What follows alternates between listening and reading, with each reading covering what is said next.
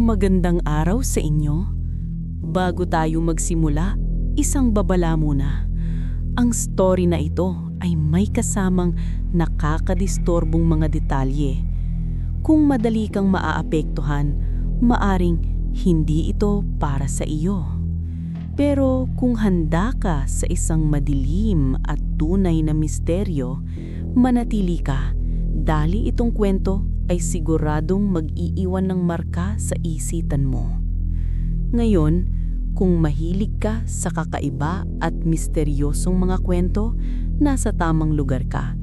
Kaya kung interesado ka, pakiclick ang like at subscribe sa channel at i-turn on na rin ang notifications para hindi mo ma-miss ang mga susunod na uploads. Simulan na natin. Sa gitna mismo ng Estados Unidos ay may isang tahimik na bayan na tinatawag na Millstad, Illinois. Tahanan ito ng humigit kumulang 4,000 tao. At kung hindi dahil kay Ashley Reeves, tanging ang mga naninirahan doon at mga kaanak nila ang makakaalam na umiiral ang Millstad. Noong 2006, si Ashley Reeves ay isang 17 anyos na estudyante sa high school. Nakatira siya kasama ang kanyang mga magulang at nakababatang kapatid na si Casey. Si Ashley ay mahusay sa pag-aaral at kahit mahigit 1 taon pa bago ang kanyang graduation, pinag-iisipan na niya kung saang kolehiyo siya mag-aaral. Bukod pa rito, likas siyang mabait, palabiro at may nakakahawang ngiti. Kaya naman marami siyang kaibigan at mayroon din siyang seryosong kasintahan na si Jeremy, isang kapwa-estudyante na gustong-gusto rin ng kanyang mga magulang. Umaga ng Huwebes, April 27, 2006, bumangon si Ashley. At gaya ng nakakagawian, naghanda siya para sa eskwela, kasama ang kapatid na si Casey. Bago siya lumabas ng bahay, sinabi niya sa mga magulang niya na pagkatapos ng klase, may job interview siya sa kabilang bayan. At pagkatapos nun, maglalaro siya ng basketball kasama ang mga kaibigan bago umuwi. Sinabi ng mga magulang niya, "Good luck sa interview, basta siguraduhin mong nakauwi ka bago mag 10:30 p.m. Sabi naman ni Ashley, "Walang problema, magkikita tayo mamaya." Pagkatapos ng klase, dumiretso si Ashley sa locker ni Jeremy.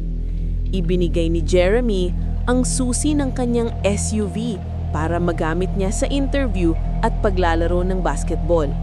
Nagpasalamat si Ashley, yinakap siya at pagkatapos ay nagtungo sa locker ng kapatid na si Casey. Magkasama silang lumabas at sumakay sa SUV ni Jeremy. Pagdating sa bahay nila, bumaba si Casey at nagpaalam habang nagmaneho na si Ashley papunta sa Fairview Heights, mga 15 miles ang layo para sa interview.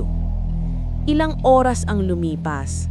Malapit na mag-10 ng gabi, hindi pa rin umuuwi si Ashley. Nababahala na ang kanyang mga magulang dahil papalapit na sa curfew. Tinanong nila si Casey kung may balita siya tungkol kay Ashley, pero ang sagot ni Casey, "Hindi. Huli ko siyang nakita noong ibinaba niya ako mula sa eskwela." Tinawagan ng mga magulang si Ashley pero hindi siya sumasagot. Nagpadala rin sila ng text messages pero wala pa ring tugon. Kaya tinawagan nila si Jeremy para magtanong kung alam ba niya kung nasaan si Ashley. Pero sagot ni Jeremy, "Hindi ko rin siya nakakausap mula nang ibigay ko sa kanya ang susi ng sasakyan. Kanina pa ako tumatawag at nagte-text pero wala pa ring tugon." Dito na lalo silang kinabahan. Tinawagan nila ang mga kaibigan ni Ashley, pero lahat pare-pareho ang sagot. Huli nila siyang nakausap noong matapos ang klase.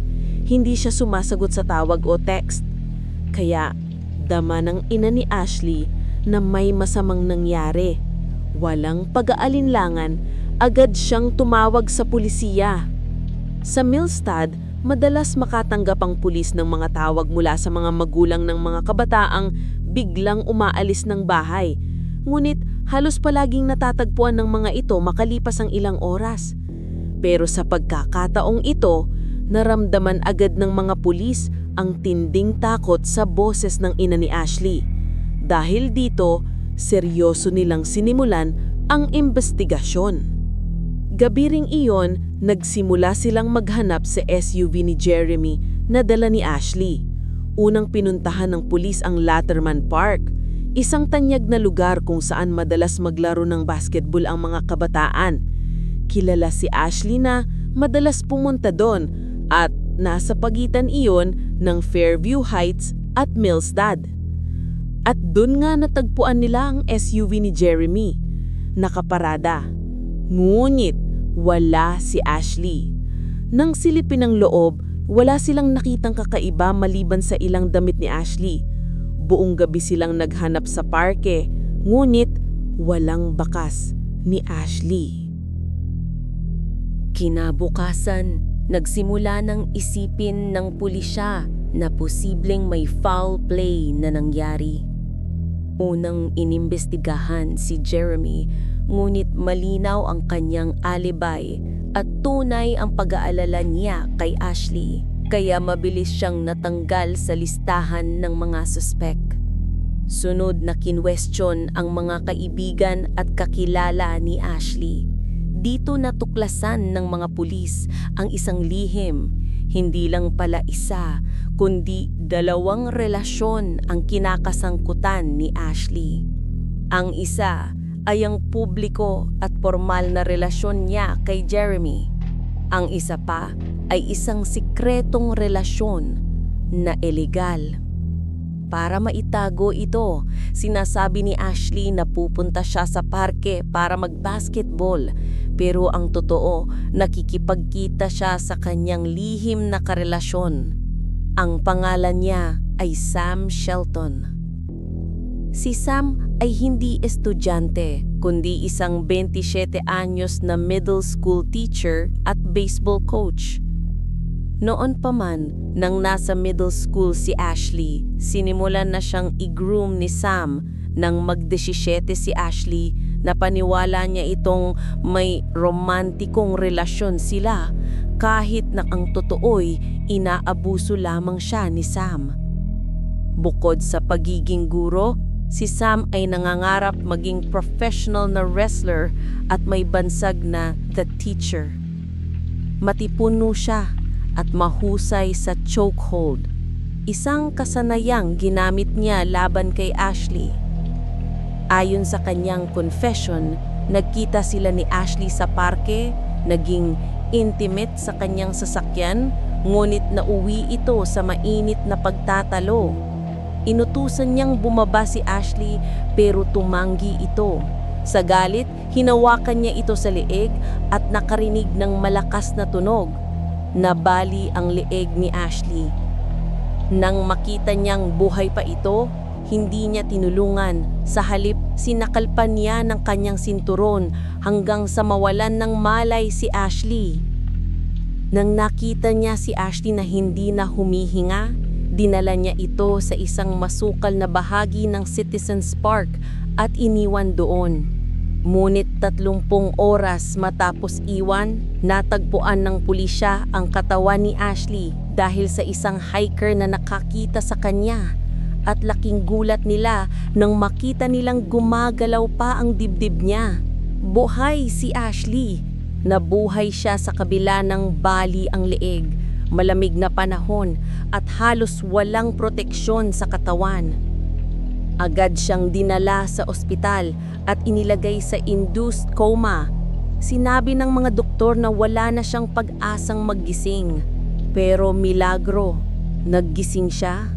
Kailangan niyang muling matutong magsalita, maglakad at kumain. At nagawa niyang lahat iyon. Ngayon, siya ay 32 taong gulang, masaya, may asawa at 2 anak at namumuhay na normal. Si Sam Shelton naman ay sinentensyahan ng 20 taon sa kulungan para sa attempted murder. Nananatili pa rin siyang nakakulong, ngunit maaari siyang mag-apply ng parole noong 2024. At diyan nagtatapos ang kwento na ito. Isang paalala na kahit gaano katagal bago dumating ang hustisya, darating at darating pa rin ito sa tamang panahon. Sana'y may natutunan kayo sa kwento na ito at magsilbing inspirasyon na ipaglaban ang katotohanan at katarungan. Kung nagustuhan mo ang kwentong ito, huwag kalimutan i-like, i-subscribe, at i-turn on ang notification bell para updated ka sa susunod naming mga true crime stories. Maraming salamat sa pakikinig. Hanggang sa muli.